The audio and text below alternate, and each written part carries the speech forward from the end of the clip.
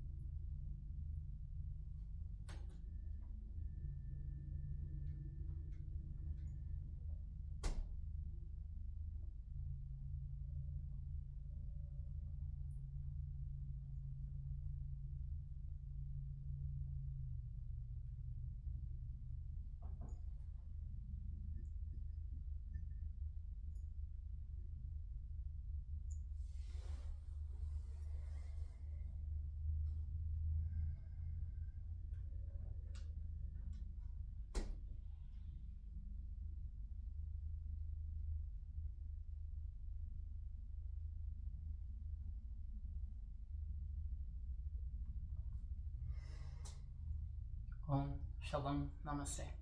Welcome. Considerable time has passed since my last video. I quite expectedly, honestly, at some point it was bound to happen because I'm insistent upon carrying my phone by water. I dropped my phone in a river, and so I didn't have a camera for a year, and so here we are. I don't really have a plan for today. I just intend to talk about consciousness. So I guess we can start. What is consciousness? And I would like to invite the bell to sound.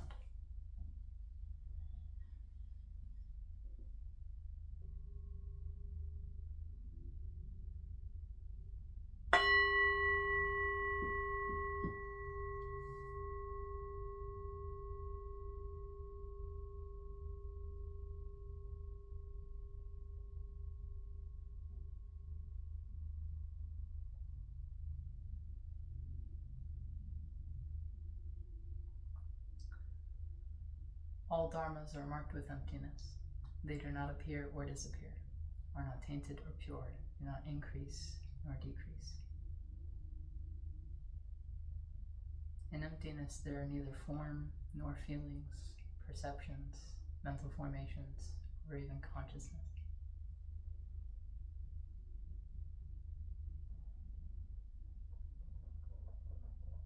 So what is consciousness?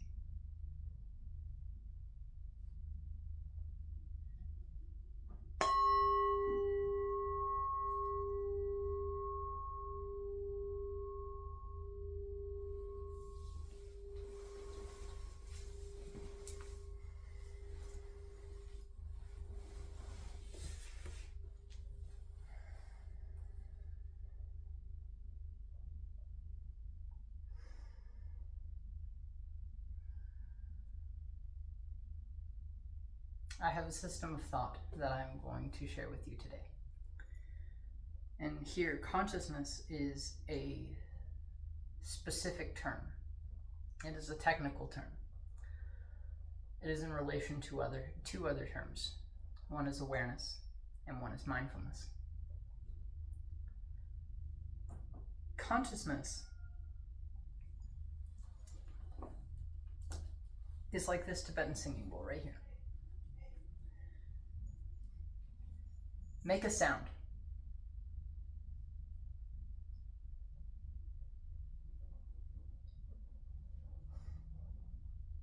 It's not making a sound, but it exists.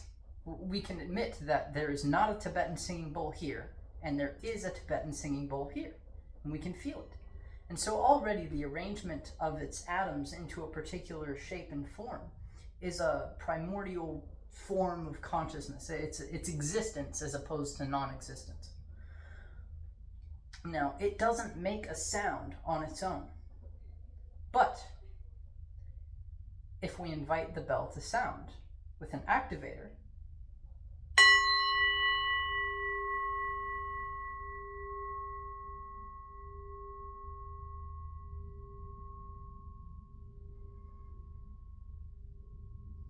this right here is an active form of consciousness. We can debate whether minerals are alive day in and day out, but this is, by at least my definition, consciousness.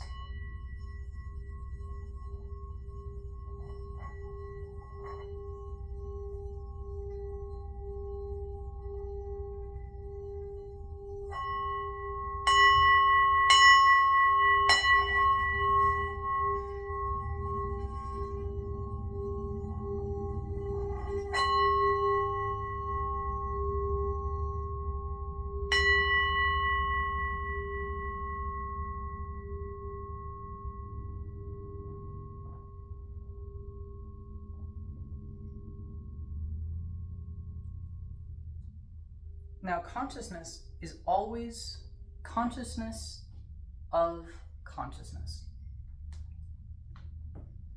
And that is called awareness. That is to say, consciousness is always of oneself. Now, there comes a question, because we can speak about God consciousness or universal consciousness. And I would pose that we are not talking about universal perception or God perception. We're not perceiving something separate from ourselves, which is God, because any of us can do that. Just look up in the night sky, boom, universal perception. Anything you see exists on a planet in the universe. Universal perception. But universal consciousness is where you are conscious of yourself as an expression of the entire universe. And that the universe is not something separate from you. You are not some skin bag limited to your own body. And the universe is that thing out there, which is vast and infinite and expansive, as opposed to this tiny thing right here. This and that are one continuous harmony. And I am that, and you are that, and we are all that, and that is that, and that is this, and this is everything, and everything is nothing, and oh my God, oh my God, oh my God, it's amazing. That is consciousness. Consciousness, because the distinction is because if I see you, if a perceiver perceives a perception, if a subject perceives an object, that is called mindfulness. I am mindful of you. I am mindful of the sound of the bell.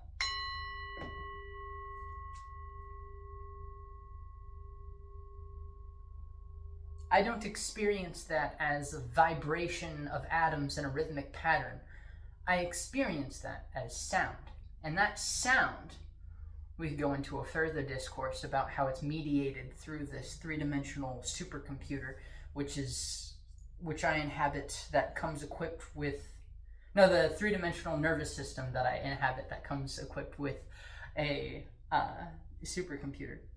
And so it processes the vibrations and then turns them into bioelectro signals and then sends it to my brain, and it works better for the eyes. The light reflects off of an object and refracts into color and is reflected in the image of your eye, and then that is turned through the three cones into bioelectrical signals, which sends a signal to your brain, and then your brain, using that information, reconstructs an image, which is a three-dimensional hologram of what it perceives and what it thinks reality is. But see, reality as perceived in that way is filtered through the five senses. It is filtered through, like for example, we cannot see ultraviolet or radioactive microwave radiation. We can only see a very small spectrum of color of light, which we call the color spectrum or whatever. And that's our entire perception of reality. But if you're a fish, if you're a turtle, if you're a cat, if you're a fly, if you're a spider, if you're an amoeba, if you're an elephant, if you're an inter-sentient being here, if you're anything other than a human, then you are going to perceive the universe differently based on how your nervous system operates. And even humans, the world that you perceive is not the world I perceive. And this is best explained with dreams. When I go to sleep, Even if you, me, and 10 other people are all sleeping in bunk beds right next to each other in the same room, we are all in our own separate realities. And no matter how close we are physically, I cannot take you into my dream, nor can you take me into your dream. And so we all experience the world, the universe, everything, we experience it separately. And that's the main distinction between myself and yourself, is because I am this particular manifestation, you are that particular manifestation. And so we're all whatever. So mindfulness is the awareness of one thing as separate from oneself, which contains implicitly the idea of oneself as something separate. And so this is, let's just go into a guided meditation real quick. More like a guided self-inquiry. So let's say I'm agitated and there's thoughts going about and just the world is getting overwhelming and I just need to space out for a little bit. Okay, so I go into the meditation, but as soon as I go into the meditation, I'm aware of my thoughts. All of these thoughts, they're pestering me. They're reminding me of all of these things that I didn't do and that I need to do. And oh yeah, I forgot and this. And later I got to do this. And when will I just let go and remember that there is nothing but the self? Why is there all of this stuff? There's all these thoughts. But there's also an awareness of the thoughts. This is defined as mindfulness. There is one thing, a subject, which is aware of another thing, an object. There is me, and then there is my thoughts. And so, right now we're working on detaching myself from my thoughts. My thoughts are one thing, I am another thing. I am witnessing my thoughts. This is called mindfulness. A perceiver perceives a perception. Now, if we turn the attention from the object of perception to the very act of perceiving itself, so we're no longer focusing on the thought, and here we'll replace the thought with a mantra because it's a less pestering thought. It's not grabbing at your attention. So Gate gate para samgate bodhi swaham gate para samgate bodhi swaham gate para samgate bodhi swaham gate para samgate bodhi swaham gate para samgate bodhi swaham gate para samgate bodhi swaham gate para samgate bodhi swaham gate para samgate bodhi swaham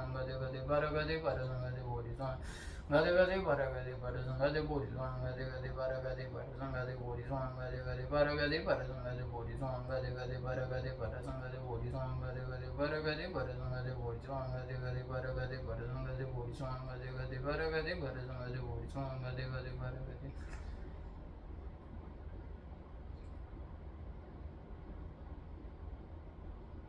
So you will notice that, for example, this mantra can still be going on in my mind. Yet here I am, behind the mantra, aware of the mantra.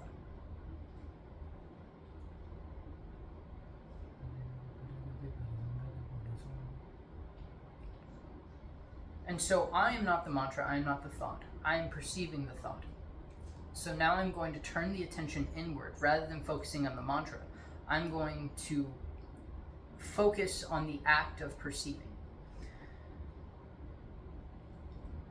And so where there is perceiving, there must be a perceiver. And so then I pose the question, can the perceiver be perceived? And my guru calls this the end of the road question. Can the perceiver be perceived? And if so, by whom? There's an old story in the Upanishads which basically goes, two birds, two sweet friends dwell on the self-same tree. One eats the fruits thereof, and the other looks on in silence.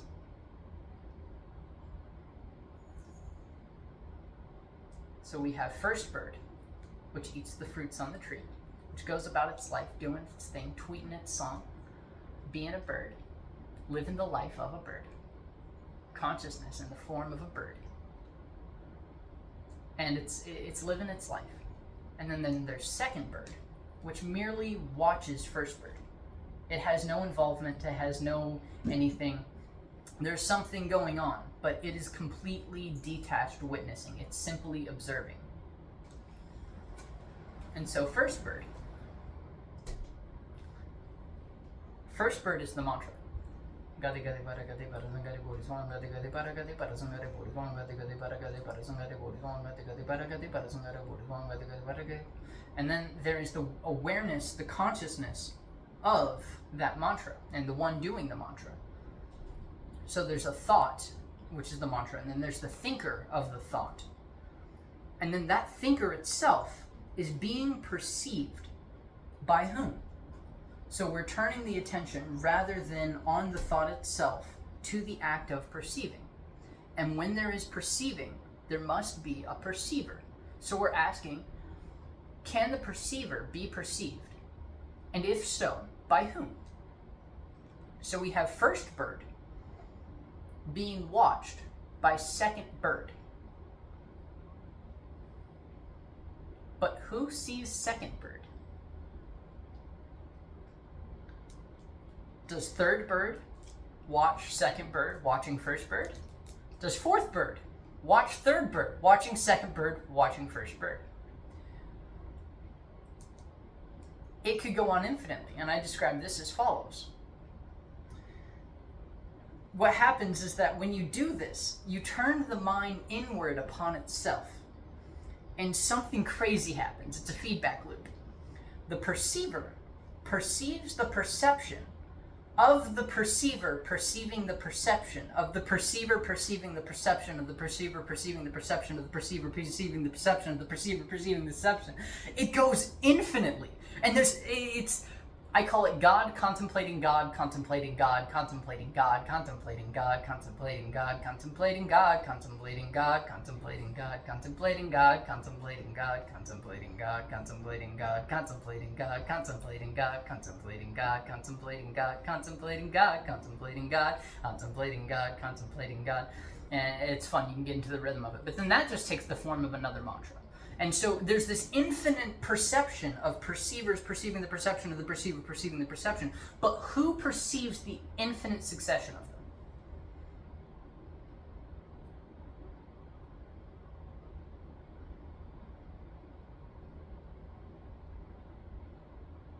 Who am I?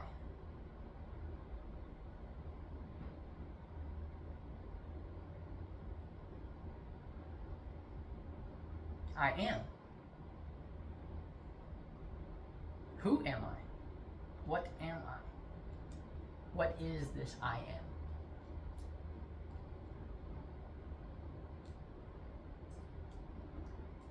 And now, without any training, if you ask this question, who am I? Or if someone asks, who are you? You answer with your name. I am Israel. But Israel relates to a personal idea, a personal identity. For example, my name's not really Israel, it's Jacob. Israel is my online persona. It's my idea of myself. It's my name as an artist. It's whatever. I used to call myself Unicorn. Before that, I had little idea of a comic series, which I called Jacob the Boss 888, which was just an imagination session that went on for several years that I identified with. And so there's Jacob, my name that I was given as a baby. And then there's Jacob the Boss 888, which is my own imaginative creation. And then there's Unicorn, and who is me as this weird, expressive, still finding myself artist. And then there's Israel, who is me as a developed, more spiritual seeker / artist. All of these are still myself. I am the same person. Yet all of these are different personal identities. And whether you give them names or not makes no difference. You, yourself, ask yourself, were you the same person yesterday? Okay, yeah. What about a year ago? Okay. What about 5 years ago? Okay. What about 10 years ago? Okay. Now, we could keep going back and get to the question, what was your face before your grandmother was born? But we'll hold on. We'll hold off on the impermanence for now. So, you yourself, your personality, is an ephemeral thing. It's changing. It's like the waves on the sea. You are not a wave. You are the ocean. Truly, you're not even the ocean. You are water. And truly, you're not even water. You are. You are. You are. You are that which is. You do not exist in relation to non-existence. You simply are. You are that. I am. I am. That is I am. This I am. But we're going through the self-inquiry. So, we've identified that I'm not my personality because my personality changes, and whatever changes cannot be eternally true. And what is not eternally true cannot be my true self, because otherwise, when it changed, I would change. Therefore, I would no longer be myself. Therefore, anything that changes cannot be me, because anything that changes brings about suffering, old age, and death, and decay, and whatever. And that cannot be the true self. So, if I'm not my personal identity, then who am I? Well, I must be the body, because all of those personal identities, no matter whatever they're experienced in the memory, they all relate to this body. I don't remember your memories. I'm not you. I'm not somebody else. I'm the one in this body. Okay? Well, if you were to have to use the bathroom, and you went over, and you excreted urine into the toilet, would you cease to be yourself? No, of course not. Well, as of right now, that urine is still part of you. So, is that yourself? Is your pee yourself? No, of course not. Okay. So, what about if you were to cut your hair? Would you cease to be yourself? Maybe my personal identity is attached with, for example, me specifically, my half-shaved head. So if I would cut my hair, it would change my personal identity. But we've already proven I'm not my personal identity. I'm the body at this point. So would I cease to exist if I chopped off my hair? No. Okay. What if I clipped my fingernails? No. What if, by some tragedy, I was operating a saw and my finger got cut off? Would I cease to exist? What if my whole hand got lopped off? Would I cease to exist? No. What if my arms and legs, what if they got lopped off and by some surgical miracle I survived? Would I cease to exist? No.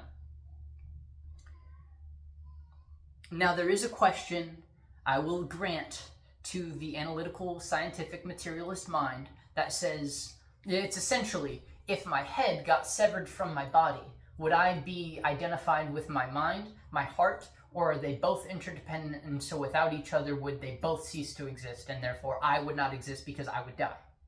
I'll grant that thought. But inquire into who is this I that dies.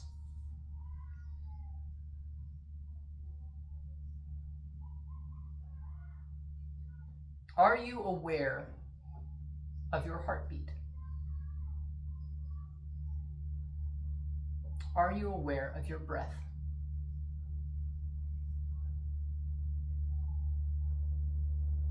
Are you doing that?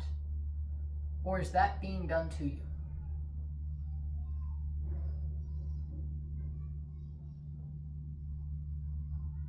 Another way of posing this question is, are you the cause of your own birth?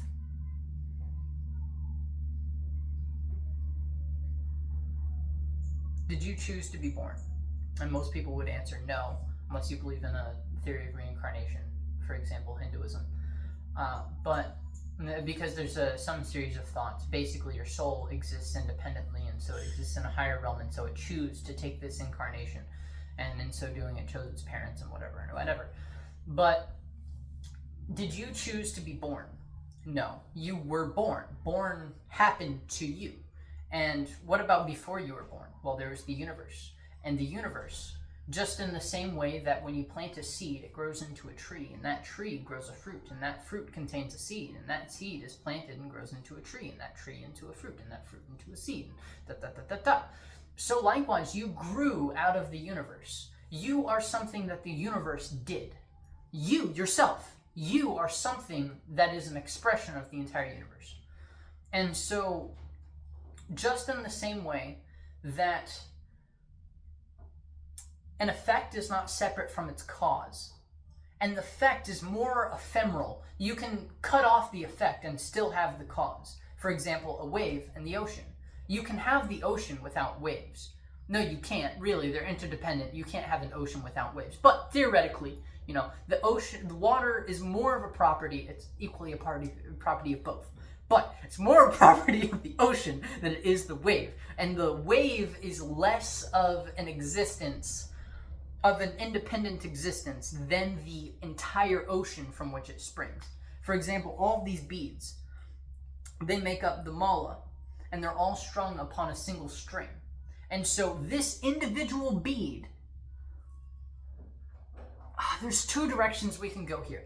Because we can say that this individual bead is less a part of the entire mala than is the string. Because without the string, you couldn't have the mala, whatever. But you could also say that the mala, because the mala has 108 beads. So if it only had 107 beads, it would cease to be a mala.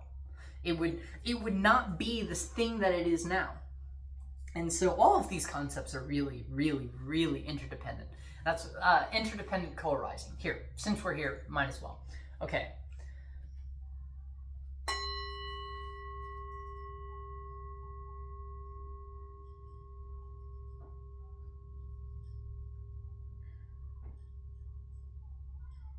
Me using this activator to invite the bell to sound, and the sound which you hear, are not separate, in the same way that this piece of paper is not separate.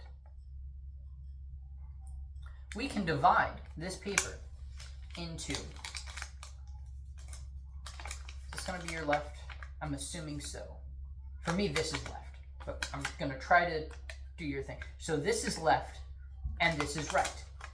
You cannot have the left without the right, because if you try to separate the left from the right, then you cease to have either.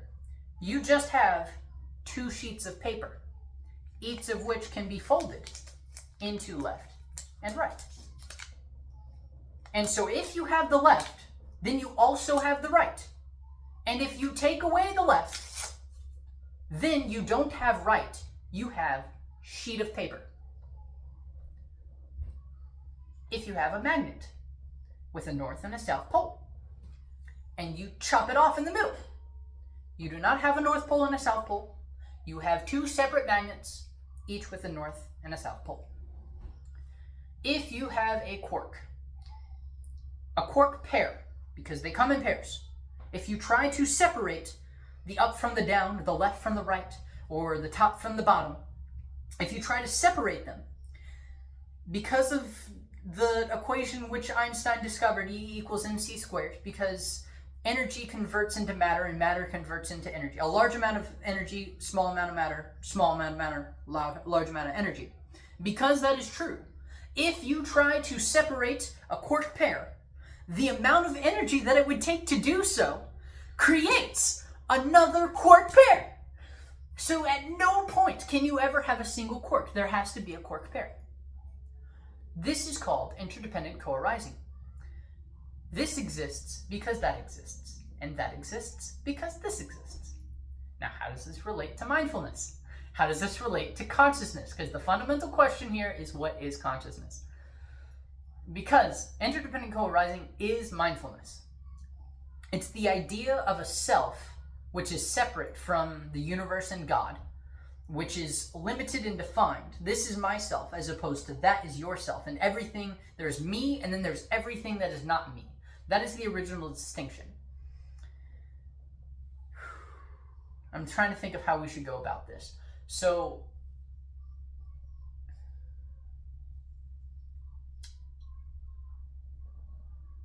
In the beginning was the Word, and the Word was with God, and the Word was God. He was in the beginning with God. What we're referring to here is consciousness. The Word is...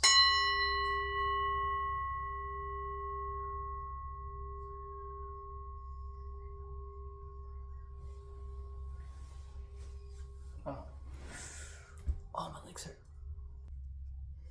So, the Word is consciousness. In the beginning was the Word. But what about before the beginning?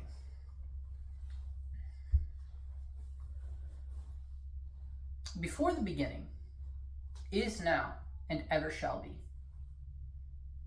Before the beginning and after the end. Meister Eckhart has a saying which... the first beginning is for the sake of the last end. And you cannot have beginning without end, in the same way that you cannot have birth without death. If something was born, it will die. There is no question about that. If its existence is dependent upon the condition of birth, then it will inevitably die. Why? Because birth is a change from non-being into being. And so you have some idea of a life, duration of a lifetime that cannot go infinitely. It must have an end, because the same change which brought it into being will inevitably bring it from being into non-being again. This is called impermanence, and the reason everything is impermanent is because all forms are formations or samskaras. Samskaras are things which are only made of other things. And so, for example, your body is made of the 4 elements, or the four aggregates, or the 4 elements, which could either be, or the 5 elements, Aristotle, Hinduism, choose your pick. But so it could either be fire, air, water, and earth, and or ether, or it could also be nitrogen, oxygen, hydrogen, etc., etc. Choose your pick. But whatever you are made up of not you things. A flower is only made of non-flower elements. You cannot have a flower without soil, without sunlight, and without water. If those conditions are not present, you cannot have a flower. And if those conditions are present, you cannot not have a flower. A flower cannot help but manifest. Now, this flower is I, and the conditions are all the conditions in the universe. So, if you have sunlight but no water and no earth, no flower. If you have sunlight and earth but no water, no flower. If you have sunlight, earth, and water but no seed, no flower. But if you have sunlight, earth, water, and seed, a flower cannot help but to grow. And so that is what we call birth. This is the birth of the flower. And so I'm going to switch metaphors really quick. So when water is touched by sunlight and evaporates, it becomes a cloud. Now we could call this the birth of the cloud and say that when it rains, the cloud has died. So the cloud was born when it evaporated and died when it rained. But truly, the cloud was neither born nor will it die, because it's the same water. So the same water went from the ocean into the cloud. And so it didn't cease to be the ocean and start to be the cloud. We can call it that with our analytical minds, but really it's just a continuation. It's not a birth, it's a continuation.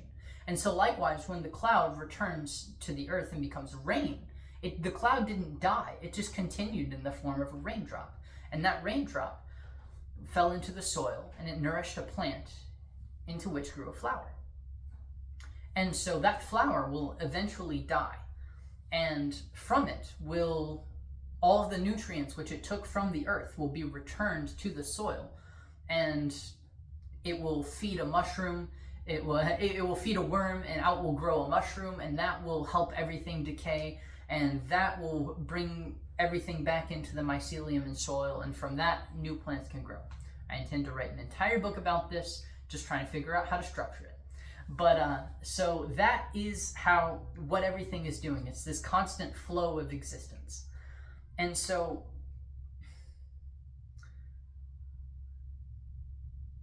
everything that was born will die, because birth and death are an interdependent, co-arising pair. They're quantumly entangled, if you will.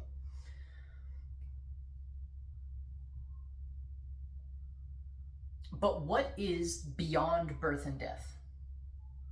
Another way of saying this is, can that which was never born ever die? The answer is no. So further, we ask the question, was I born? Now remember, I'm not the personal identity. I am also not the body. The body was surely born.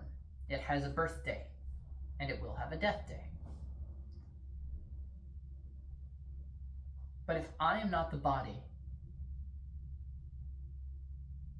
then who am I? And you can do neti-neti. And so you can say, I'm not the personal identity, I'm not the body. Am I the mind?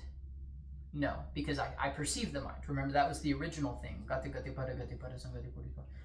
Perceiver, perceive the perception of the perceiver, of the perceiver.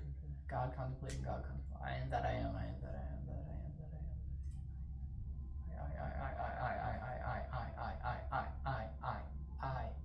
I. Who am I?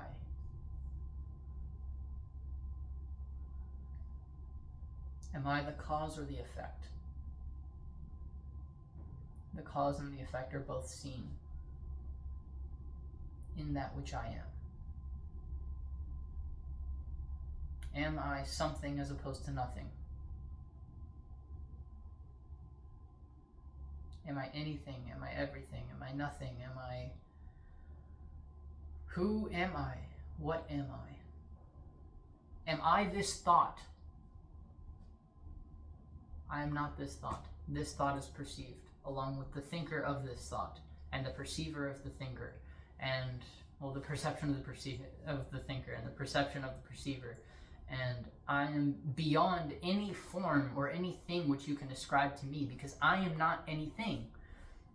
Because all things were born, and they were born in accordance with universal harmony. They were born because the causes and conditions were sufficient. So like this body, it came into being. It wasn't my choice that it came into being. It just came into being. It was born. The conditions were sufficient. The parents came together, and so a baby was born. And it was nourished, and it was brought up, and it went through childhood and became a young adult, and here's the body sitting here standing before you. But this body is not me. I am not caught in this body. I am life without boundary. I have never been born, and I will never die.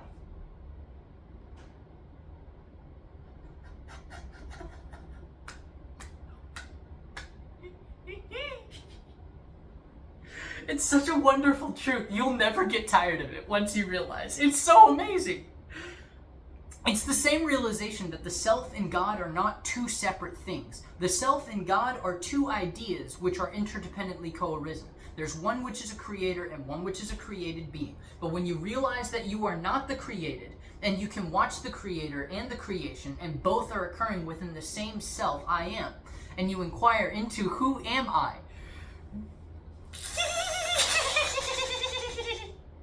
it's beyond conceptual elaboration.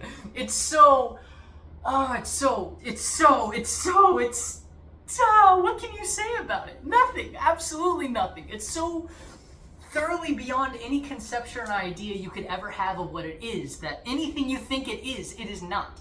No matter how grandiose, no matter how great of a conception you can have, anything which is conceived or conceivable, conception leads to birth, and birth leads to old age, sickness, decay, and death. And birth and death create a boundary. A boundary has a within and a without, that which is in the lifetime and beyond the lifetime.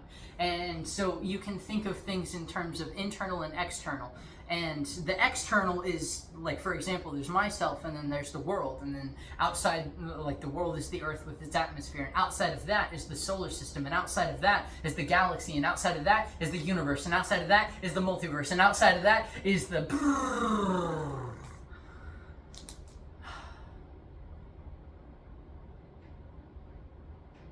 And within that as well, how many body parts do I have? How many cells are in each of those? How many atoms are in each of those cells? How many quarks are in each of those atoms? How many subatomic, quark is a subatomic particle, how many strings are within that? And so it's infinitely in all directions. And so you are part of that. You are not only part of that, you are that. There is no separation between you and that, because you are that. And all things are that. That tree is that. You are that. I am that. The Buddha is that. Jesus is that. This is that. That is that. All is this. This is I am. Who is this I am? Now I am is the light of life. It is consciousness. I am is in the beginning was the Word, and the Word was with God, and the Word was God. This I am, this holy immaculate, it's the Immaculate Conception. It's the birth of I. And what is the birth of I?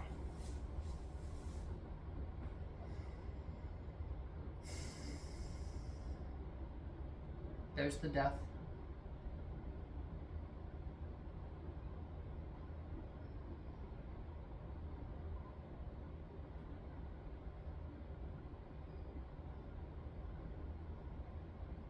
There's the birth.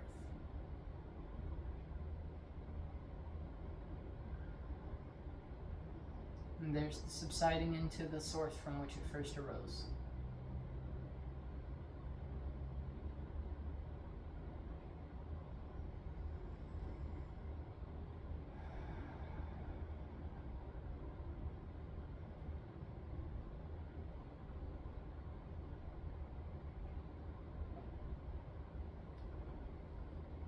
So I is like a wave which arises on the ocean of the self.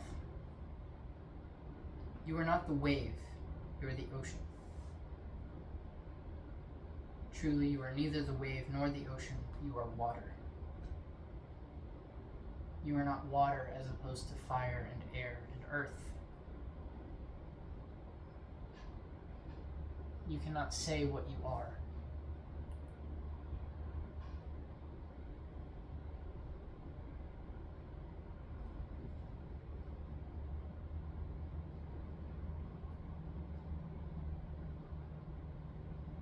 Anything you can say, I am this, this I am not.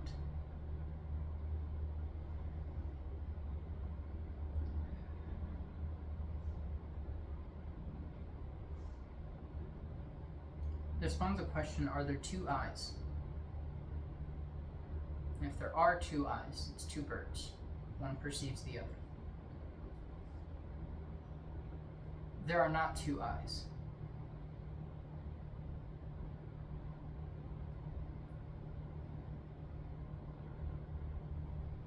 So I'm surprised that I've gone this long without talking about it. So what I'm trying to describe here, or lack of describe, is awareness. And awareness is unbegotten. Consciousness is the firstborn. Consciousness is the sound of two hands clapping. It has a birth.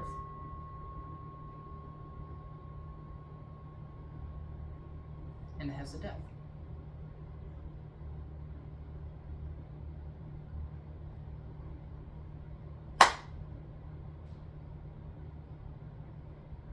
But what is the sound of one hand clapping?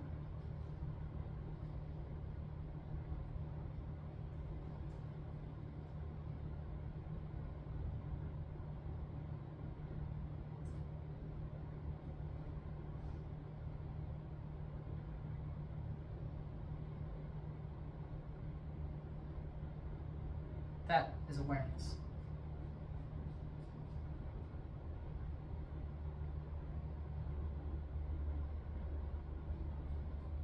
Awareness is aware of awareness.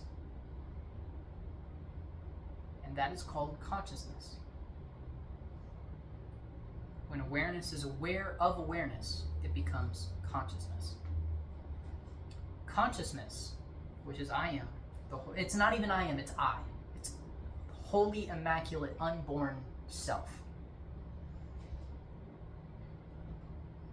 When consciousness first manifests, it is only consciousness of consciousness.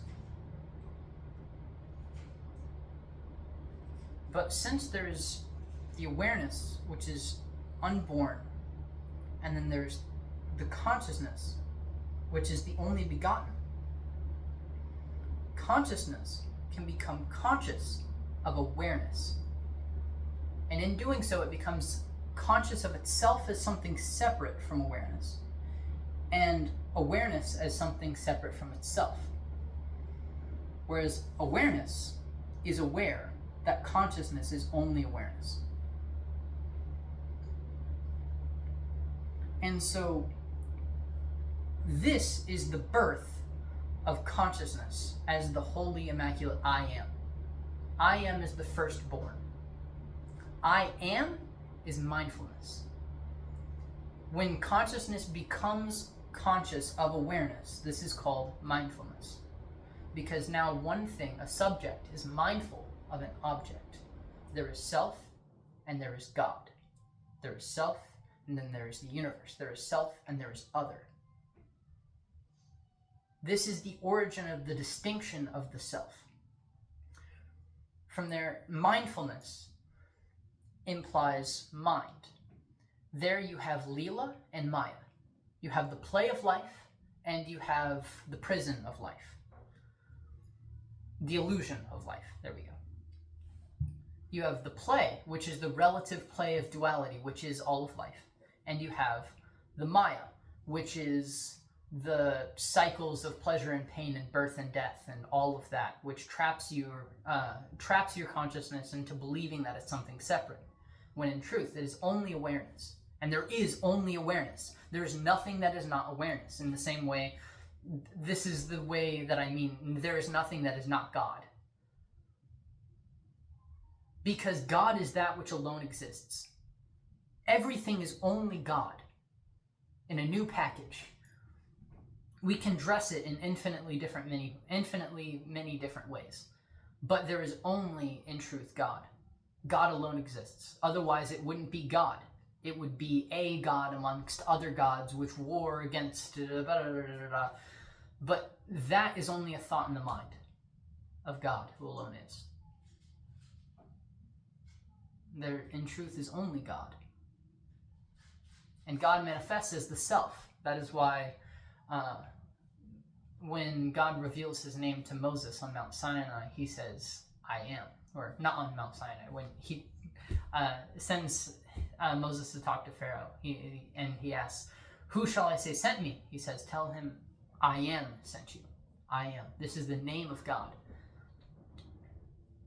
So this is where I really like Meister Eckhart saying, God's eye and my eye are one eye.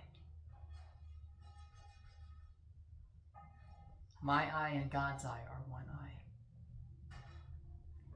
One I am. I am that I am.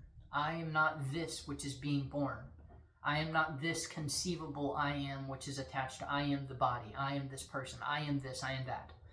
I am that. That awareness. That awareness. I am that. I am that. I am that. I am that. I am that. I am. I am that. I am that. I am that. I am that. I am that. I am that. I am that. I am. And it's a constant revelation of what you are, because what you are is an eternal mystery. What God is an eternal mystery. It simultaneously contains within itself all of phenomenal existence. The entire universe and multiverse and systems of multiverses and all of that, the Saha world, all of that, all 14 lokas, all 10 Sephiroth, all 6 world systems, all everything. Infinity in one direction, infinitely in the other direction. Positive infinity and negative infinity. You take the distance between the two and define it as one unit and use it to count to infinity and negative infinity. And take the distance between the two and you use it to count to infinity and oppositely in negative infinity. Take the distance between the two, and so then you do that infinitely. And you divide that by 0, because that's impossible, but you do it anyway. And so you have that constant expansion of something which is expanding into something which is being expanded into. There's fundamentally the thing which is growing, the thing which is... There's the inside and then there's the outside. There's the thing expanding and the thing being expanded into.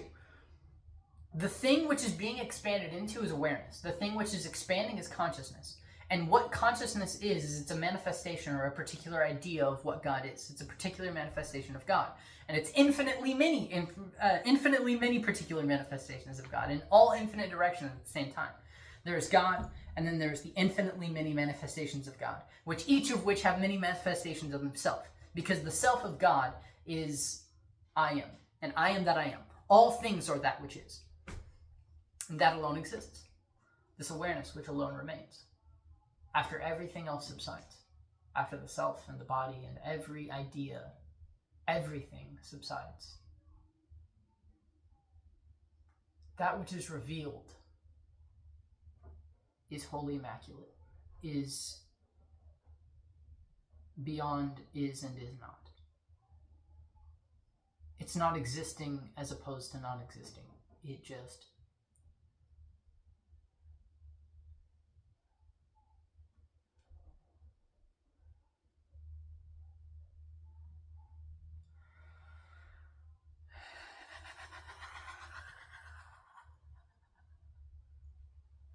Thank you, God. Thank you, God. Thank you, God. Thank you, God. Thank you, God. Thank you, God. Thank you, God. Thank you, God.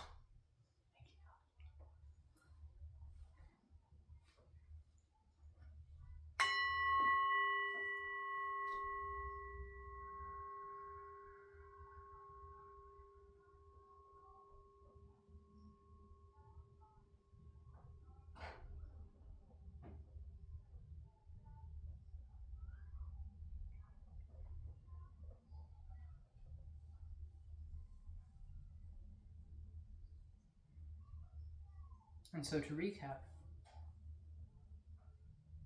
awareness.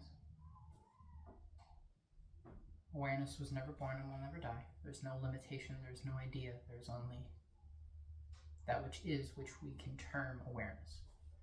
Consciousness is existence as opposed to non-existence. It's the seed of that idea. And so when awareness becomes aware of awareness, it becomes consciousness. And consciousness is only conscious of consciousness. But when consciousness becomes conscious of awareness, it becomes conscious of the separation between itself and awareness. And this is called mindfulness. Mindfulness is a subject being aware of an object. A perceiver perceives a perception.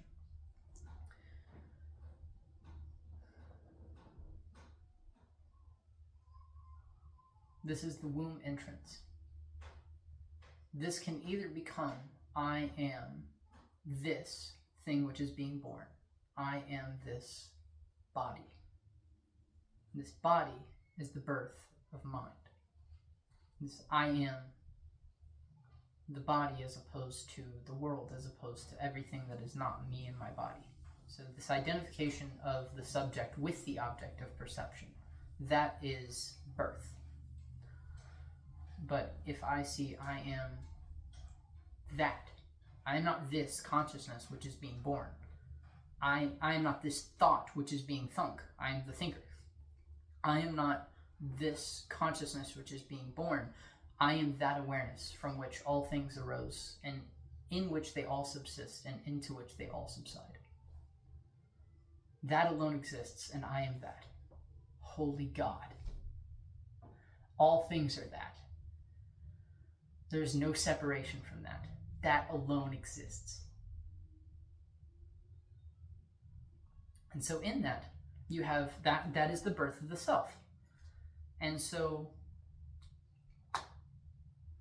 for example, the self can be born like this. That is one self. But then there's this, which is also God. And then there's, which is also God. And then there's, and then all of life is this.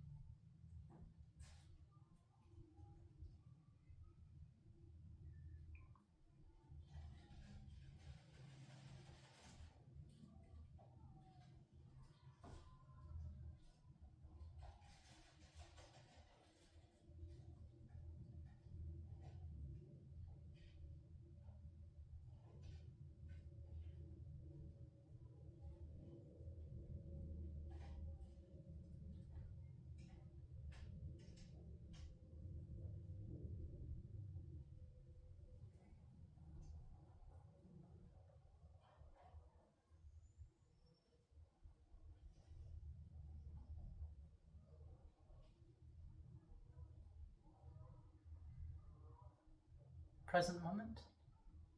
Wonderful moment.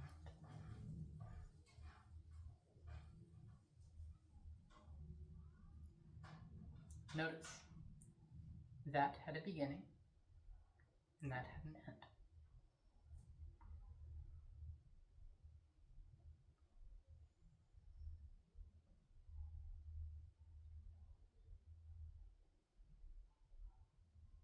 That is all of life.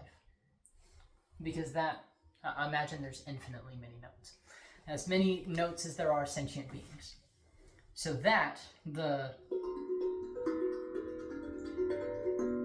all of life.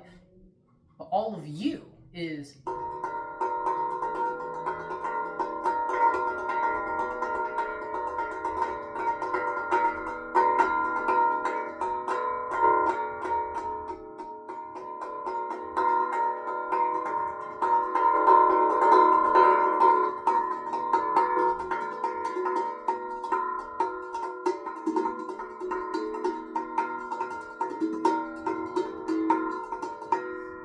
etc., etc.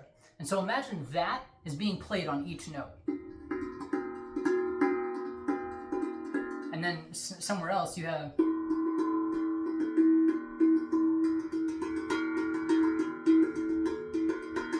and then you have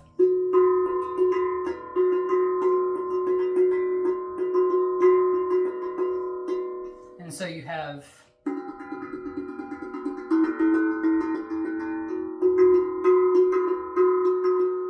imagine they're all being played at the same time. And so then you have an infinitely complex song of infinitely many different polyrhythms playing on top of one another.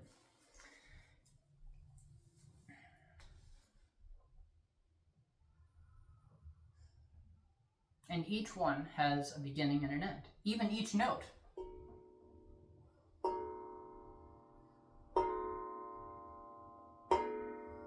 Those were 4 of the same note. It had a beginning and an end. I can play. Then I can play.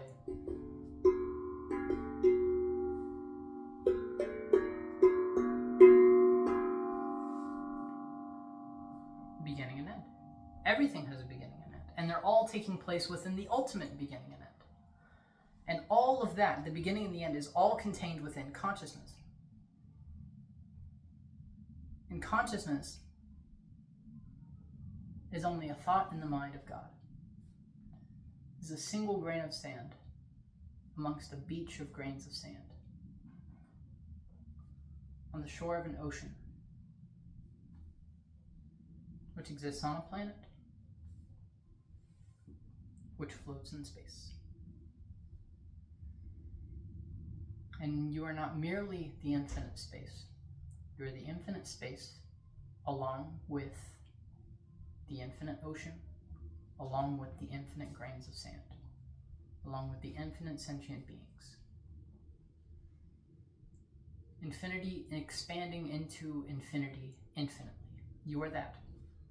So you are the particular manifestation, which is your personal self, which is your body, which is your mind, which is your thinking apparatus, which is yourself, as opposed to all the other incarnations of God, which are the selves, the infinitely many selves. You are yourself, but you are also all of the infinitely many incarnations of God. You are all of humanity. You are not only all of humanity, you are all of the animals in the entire world. You're not only all the animals, you're also all the plants and all the minerals. You're all of the planets. You're all of the stars. You are all of everything.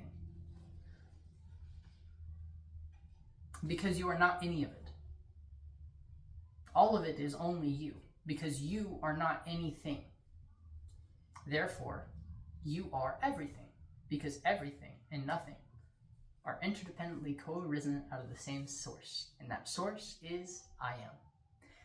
I am is the coming together of being and an entity which exists, an idea of being. When you remove the idea, there's only being. Which is essentially to say, if you have being as an idea, then you have the idea of non-being. But if you remove non-being, just as you can't remove left from right, north from south poles, if you remove non-being, you also don't have being. But if you remove being, you also don't have non-being. What do you have? If you remove all of the elements that constitute yourself, which are not the self, because a flower is only made of non-self elements, if you remove everything, what are you left with? Nothing. If you remove all of the sound, what are you left with? Silence. But it is this very silence which gives rise to all sound.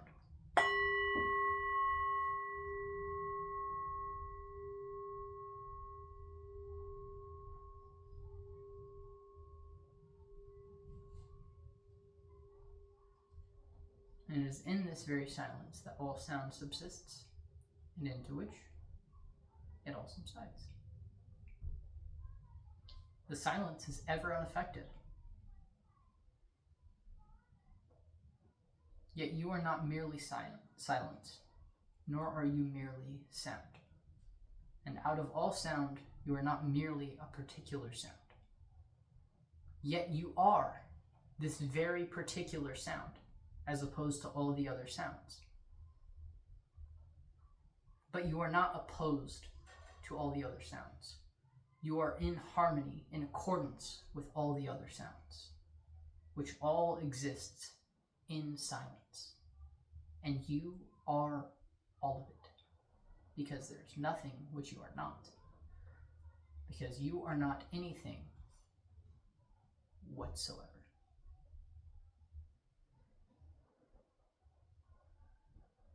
That which alone exists, alone exists. It's not you, nor is it not you.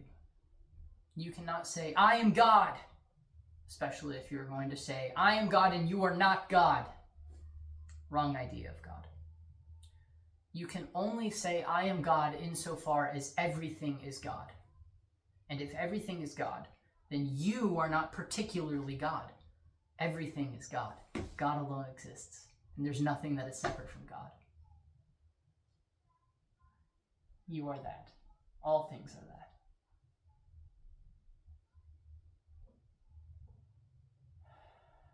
And then all of life is just the infinite revelation of what God is.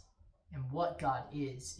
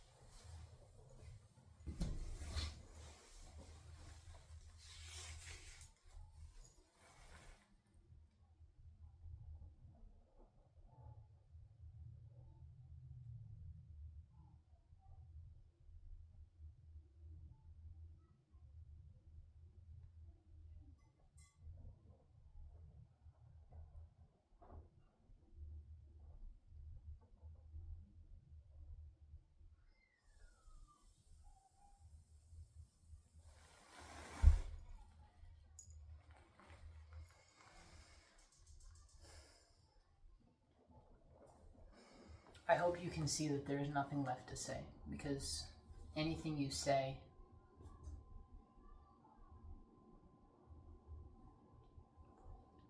it's just the ephemeral waves on the eternal ocean.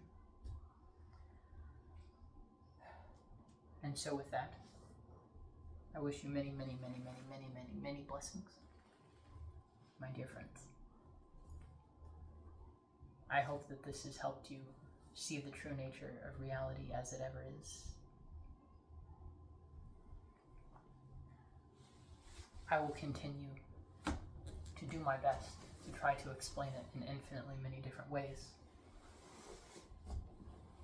That which is fundamentally unexplainable and incomprehensible and inconceivable, because it's beyond all comprehension. But in the meantime, I bid you adieu. Shalom. Namaste.